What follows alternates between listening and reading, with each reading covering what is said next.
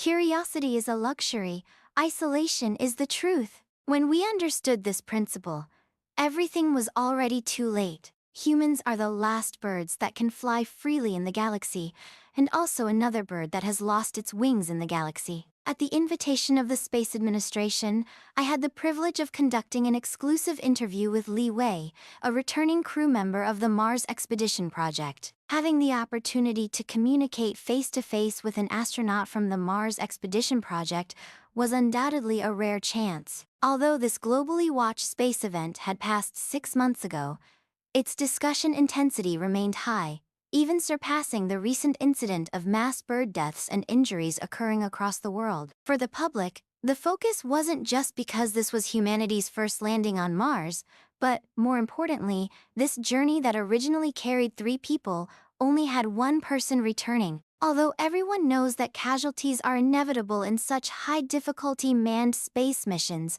after 6 months, the authorities still hadn't provided any explanation. They even sealed off the entire building, blocked all information, and during this period, no related staff members had entered or left. As a result, various conspiracy theories and hypotheses emerged in society. Some believed the astronauts had gotten into a conflict on Mars, leading to the death of the other 2. Others said the astronauts encountered aliens on Mars. Some even directly claimed that this manned Mars landing was a hoax. In today's world, the boundary between truth and lies has become increasingly difficult to define. Inexplicable events are always accompanied by inexplicable explanations that ferment. The more mysterious things are, the richer people's imagination becomes, and now I could finally touch the truth as a representative of the public. According to the appointment, I arrived at the Space Administration headquarters building on time. After closing my umbrella, I quickly walked into the building. Actually, it wasn't raining today, but due to the recent incidents of birds inexplicably falling and injuring people, everyone would carry an umbrella when going out. As a result, the streets were always covered in a dark mass of umbrellas. Because no one could predict when a group of dying birds might fall from the sky like rain. Led by staff members, I was taken to a room where, according to their explanation, I would interview Li Wei. Looking around, I found that besides 2 chairs facing each other and a table, there was nothing else in the room. This design was clearly no different from an interrogation room. "Could you hand over your communication devices to me, such as your mobile phone?" the staff member asked. "I'm here for an interview and I need to hand over my phone?" I asked puzzlingly, but still gave him my phone from my bag. "This is the regulation. Before the interview ends, we need to ensure there's no information leakage," said the staff member before leaving the room with my phone. Well, after today, everything would come to light anyway. So, who cares about information leakage? I thought to myself as I observed the room alone for a while, only to find that even the only floor-to-ceiling windows were covered with black curtains. I really didn't understand why those staff members had to arrange the room in such a cold and dark way, so I pulled the curtains open with one hand, thinking the light from outside would instantly illuminate the room. However, I discovered that the windows were also thoroughly covered with black tape. Before I could finish contemplating how to conduct an interview in such a depressing atmosphere, someone quickly walked in through the door. Years ago, when I was still an intern, I had interviewed every astronaut of the Mars Expedition Project with my senior colleagues, so I immediately recognized the person who came in as Li Wei. He looked thinner than before, but compared to ordinary people, he could still be considered robust. But when Li Wei sat down in the chair opposite me and took off his sunglasses, revealing the eyes hidden behind the black lenses, I discovered eyes that completely contradicted his physique and demeanor, evasive, lifeless, and full of suspicion, like a trapped small animal. This was completely different from the Li Wei who had enthusiastically accepted interviews before boarding the spacecraft to Mars. They seemed like 2 entirely different people. But as an astronaut, a great explorer willing to dedicate himself to the cause of space exploration, such eyes shouldn't appear. "Hello, Mr. Li Wei. I'm the reporter for this exclusive interview. In the following time, I will conduct a series of interviews with you, and I hope you can cooperate," I said. Looking at Li Wei's anxious expression, I wanted to shake hands with him to ease his nervous state. Li Wei cooperated by forcing a smile and shaking hands with me. From the cold temperature of his hand, I could sense that something unusual must have happened to him, and whatever caused this abnormality must be the truth of the incident I was seeking. I withdrew my hand and reassured him. "It's okay, don't be nervous. Anyone would be suspicious of reporters if they weren't voluntarily accepting an interview." Sitting opposite Li Wei, I looked again at this agitated man before me. I knew his situation was much more complicated than I had imagined, and I noticed that Li Wei's eyes would occasionally look toward the windows, and one foot constantly shook up and down, even though that window had been sealed with black tape. I stood up and walked to the window to close the curtains. When I looked back at Li Wei, I found he was much calmer than before, clearly having breathed a sigh of relief. "Is there something wrong with this window?" I asked. Li Wei spoke in a much better tone. "Thank you. I just feel that only a window separates me from the sky outside. It's too thin." The sky? At first, I was confused, but quickly, a corresponding syndrome appeared in my mind: cosmic phobia. This was a very common psychological disorder in the profession of astronauts. I had encountered such patients before. They often feel terrified of the endless space of the universe, and in more severe cases, they don't even have the courage to look up at the sky. There were only 3 causes for this psychological disorder: confined spaces, lack of social interaction, and fear of mission failure. For the sole survivor returning from Mars, these 3 points were almost all manifested in Li Wei. "Mr. Li Wei, I know you spent a long time on Mars. I'd like to know what kind of work you were responsible for," I asked, moving away from the topic of the sky. Hearing my question, Li Wei stopped shaking his leg, and after a moment of silence, said, "The 3 of us carried out a series of exploration missions on Mars. There were many types of tasks, and each person had their own professional field of responsibility. I was mainly responsible for detecting the geological structure near the landing site and then assisting Lilith, that is, another astronaut, in observing Mars's ecological environment." I know this sounds simple, but the actual detection process must have been very complex, right? Yes, Mars is different from Earth. Our previous probe-based detection activities had great limitations in analysis. So many experiments and surveys that had been done before, I had to personally do again. As Li Wei's tone became more natural, I was about to probe further, but unexpectedly, Li Wei continued on his own. "Halfway through the mission, I discovered some anomalies." "What kind of anomalies?" "Geological structure anomalies," Li Wei said. "Simply put, during the exploration process, we found geological structures that shouldn't have been there. For example, an artificial tunnel. And then, we saw some strange life forms deep in the tunnel." Li Wei slowly raised his head and added, "Intelligent life forms." Hearing Li Wei's words, I was stunned for a few seconds before realizing what an explosive piece of news this was. Who could have imagined that the public speculation about astronauts encountering aliens on Mars was actually the truth? Looking at Li Wei's serious expression, it didn't seem like he was joking. I contained my inner excitement and continued asking, "So, everything you experienced on Mars was related to Martians, is that right?" Li Wei nodded and leaned back in his chair, appearing more relaxed than at the beginning. "I'll tell you once about the story of how my 2 colleagues and I encountered Martians on Mars. This was humanity's first step on Mars, just like when humans first stepped on the moon. Li Wei had the honor of being the first person to set foot on Martian soil. Although he didn't make any grand declarations like Armstrong, as a giant leap for humanity's venture into space, this would clearly be an unprecedented inspiration for the cause of exploration. The landing module touched down at a recently formed huge crater, called New Era Crater.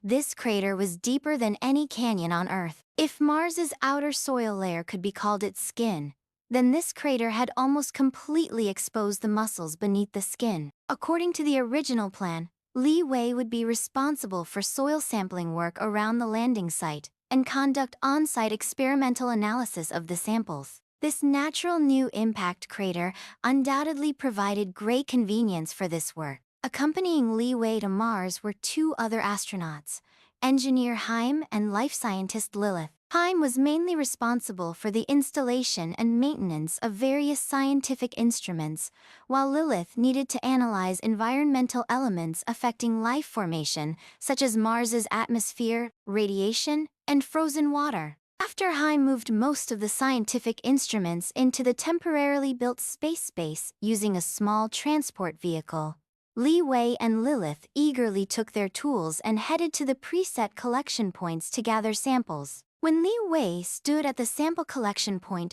observing the surrounding terrain and waiting for the drill to conduct layered sampling of the soil beneath his feet, the orange-red atmosphere covering the red land before him looked like a dead thing.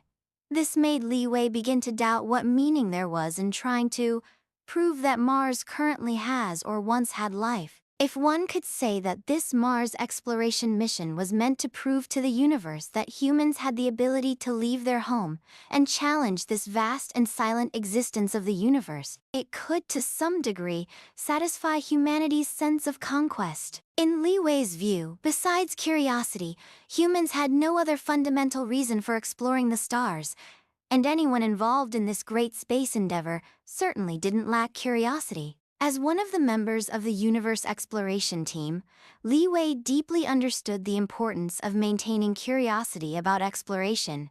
It was the foundation of all scientific research. He couldn't even imagine what it would be like to lose the right to freely explore deep space. It must be terrifying. The work of the sampling rig was fully automatic, due to the atmosphere on Mars is thinner compared to the Earth. So the rig's originally ear-piercing sound of mechanical operation has become very weak at the moment. However, even if the sound has become weaker, the experienced Li Wei can still hear the murmur that should not appear from the weak digging sound.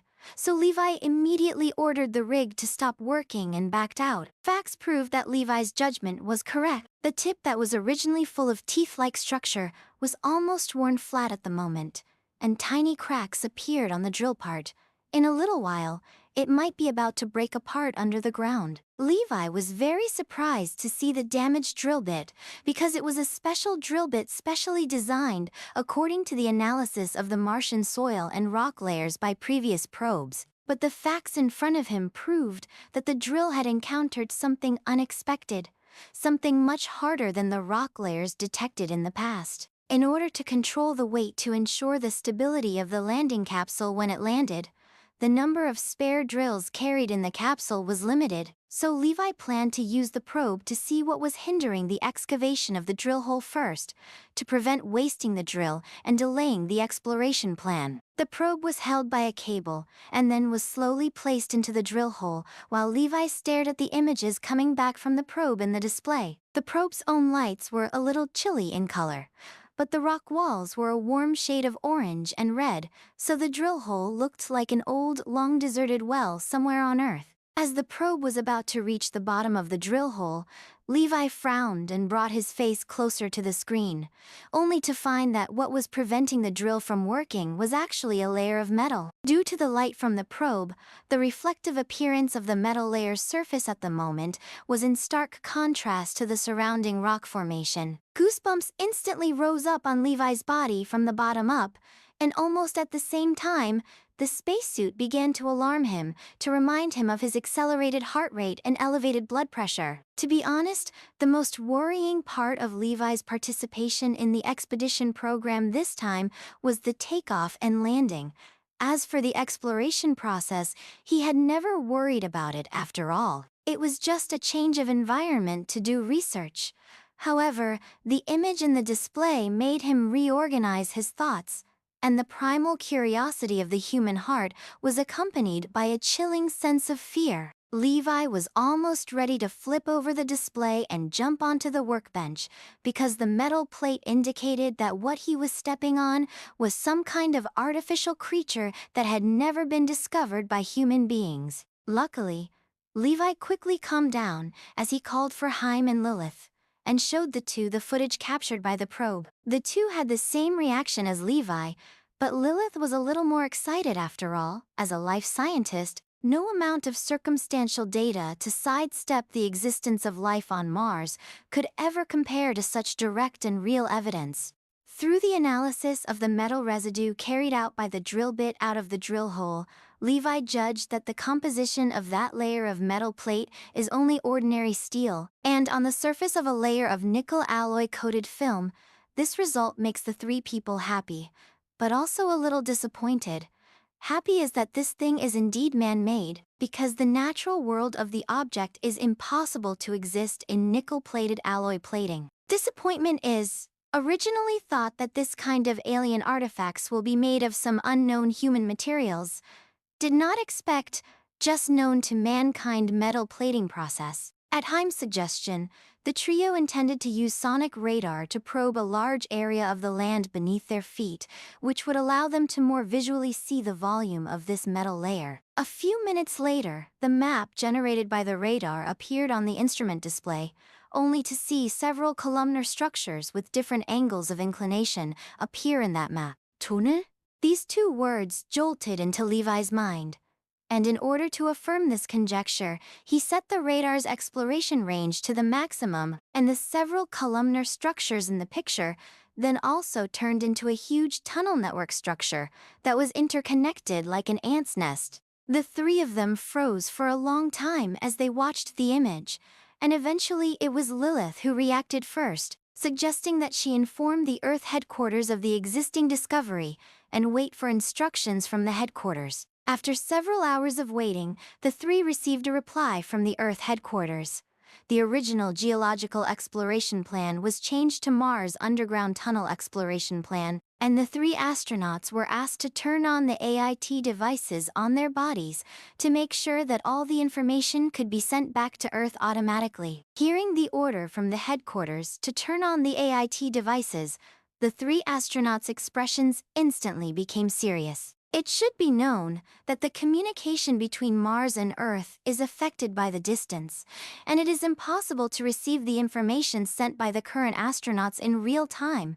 So in this case, every once in a while, the astronauts must take the initiative to report the information to the Earth through the communication equipment in the landing capsule. The AIT, or Automatic Information Transmission, is a device that sends all current data to headquarters in case of an emergency, including signals about the astronaut's position, health, surveillance images, etc. The AIT can, in a nutshell, send the astronaut's position, health, surveillance images, etc. to headquarters in the event of an emergency. To put it nicely, it can be called an emergency device. But everyone knows that basically no one can save the astronauts once they are in danger on this inhospitable Mars, so this so-called emergency device is also jokingly called the last words transmitter by the astronauts. The headquarters asked the three to turn it on at this time. It was just to let the three be ready to sacrifice their lives for the exploration cause at any time. After all, no one knew what they were about to face. Without hesitation, the three of them turned on their AIT devices almost simultaneously. For them, it would be a supreme honor if they could use their small lives to bring about a qualitative change in the development of cosmic exploration. After redeploying the exploration plan, Engineer Heim transported the remaining spare drills outside the drilling hole and attached them to the spindle at different angles, and embedded the blades from the diamond cutting edge into the tooth structure of the drill, and thus a huge combined drill was born. In Heim's words, if this drill couldn't make a hole in that layer of metal, then he'd go down and make one himself. As the drill began to work, the silent red land was once again greeted with a cacophony of noise, and due to the larger number of drills this time, the original drill hole was further enlarged. Heim and Lilith were currently placing the descent ropes without a word, while Levi stood beside the drill hole staring intently into the darkness. He wasn't sure if what was left of the Martian lifeforms was underneath this steel plate, or if those intelligent beings existed underneath it now. What would they encounter?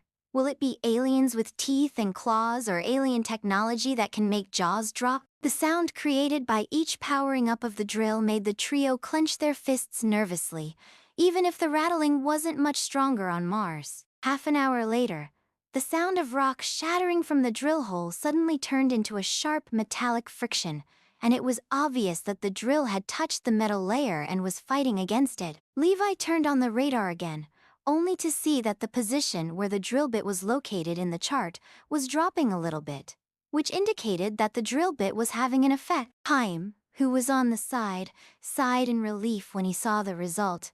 Now, he didn't have to jump into the drill hole himself to dig the hole with his bare hands. Not long after, even the sharp metal friction sound disappeared, only the weak mechanical running sound of the drill itself remained. And if there was no accident, the outer wall of the so-called alien tunnel had already been successfully planed out a big hole. After the drilling machine exited from the drilling hole, Levi couldn't wait to put the detector into the drilling hole. However, a bottom-up air current blew the detector around. On the side, Lilith pointed the probe gun at the drill hole, trying to analyze the composition of the airflow.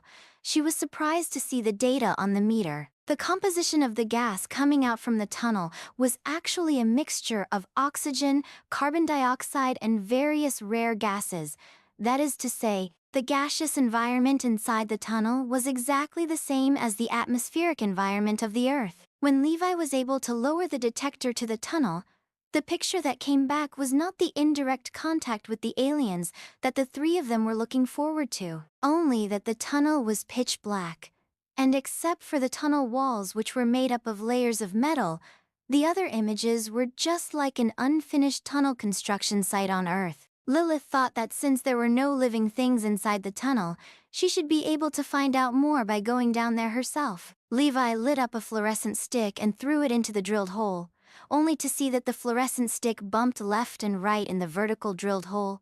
Spinning and descending, the light it emitted formed a circle of light hitting the surrounding rock walls, and finally landed at the bottom of the drilled hole, or the interior of the alien tunnel. With the glow stick as a guide, the three of them fastened the fixed ropes to their bodies and descended in turn against the cave wall. Although the gravity of Mars was only about 1/3 of that on Earth, which was less dangerous than using ropes to rappel down on Earth, if one were to accidentally fall from this height, it would also cause serious injuries to the astronauts. The eyes of the three of them were always staring at the location of the fluorescent stick underneath, although there was nothing special within the range illuminated by the fluorescent stick, but it was the inner unrest brought about by this too quiet environment that made them a little bit furious in their hearts, and even waited until the three of them stepped on the ground with their feet, but they also didn't dare to make too much movement. After switching on the searchlight on their chests, the environment inside the tunnel appeared in front of everyone. Just like what was shown in the detector screen, the whole tunnel could be completely called a steel pipe, and the three people who were in it had the feeling of walking in a huge sewer pipe, and the only sound that surrounded the tunnel was the sound of their own footsteps. Lilith, with her gas detector, decided that the gas in the tunnel was breathable, so the boldest of them all, Haim, took off the helmet of his spacesuit without saying a word, and breathed heavily. Seeing that Haim was fine, Levi and Lilith also took off their helmets, and at the same time, a damp and unpleasant odor instantly poured into their nostrils, just like the smell from an old wooden house. Following the tunnel, the three of them cautiously advanced, but found that more and more forked paths appeared in front of them. As for which path to take, it all depended on the three of them's intuition. The direction of advancement is so complicated. Walking in the front of the Levi is not sure how far they actually walked. He only felt that the unpleasant smell is getting stronger and stronger. Just want to suggest that behind the Hem and Lilith to put on the helmet, but found that behind them there is no one. Levi froze in place.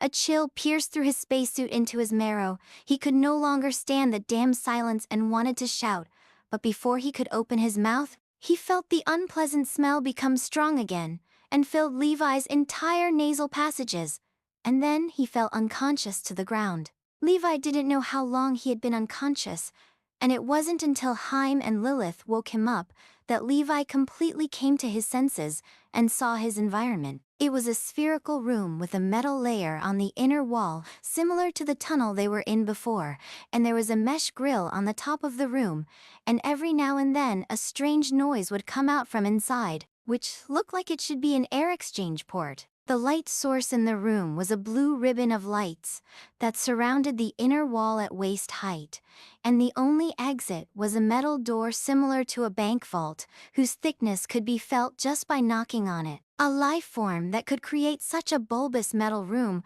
would obviously not be too far from human intelligence. Just as the three of them were groping around in the room, discussing how to escape, that metal door suddenly emitted a sound, and immediately after that, the metal door that was tightly sealed with the surrounding area slowly moved. This represented that those intelligent beings who had created this underground world were about to come face to face with the trio, and this waiting process was even more suffocating than imagined, giving enough time for the trio to imagine. By the time the door was fully open, Levi's originally fuming mess of imagination was ended in an instant. A pair of eyes, 2 ears, a nose, a mouth, body limbs symmetrical left and right, different individuals with different hairstyles and clothes. Levi almost thought he was hallucinating, and when he blinked and looked at the door again, the group of intelligent life forms from Mars still looked exactly like humans. The door was completely open until it came to a complete stop, and all the tension and doubt seemed to be frozen in this moment. The first to break the dead silence were those Martians, who spoke a large string of languages that Levi did not understand, and from time to time, they also looked at Levi and the three of them.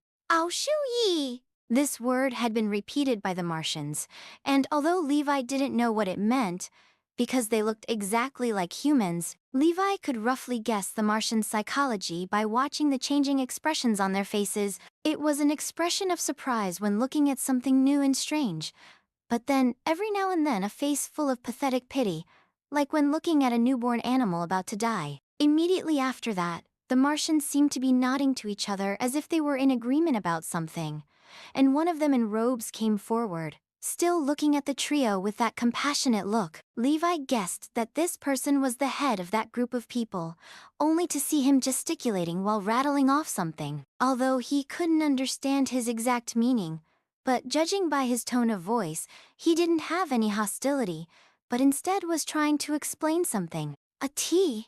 These were the last words spoken by the robed Martian, with an upturned tone that sounded inquisitive. The trio didn't respond, and then the robed Martian returned to the group, and one by one, all the other Martians turned their heads and left the room, not even closing the door. The trio looked at what was in front of them with wide, incredulous eyes, and it was clear that they hadn't the foggiest idea of the current state of affairs. Was it a trap? No one had any idea. In his surprise, Levi checked to see if his AIT device was working properly, but found that the depth gauge on the display showed that they were currently 12 kilometers below the surface of the Martian Earth, and with the metal layer surrounding the tunnel, even if something happened to the three of them, the AIT device would not be able to transmit the information successfully. After a long period of hesitation and discussion, the three agreed that this was the only time to escape, and that the opportunity would never come again. Just like a death squad going to their deaths,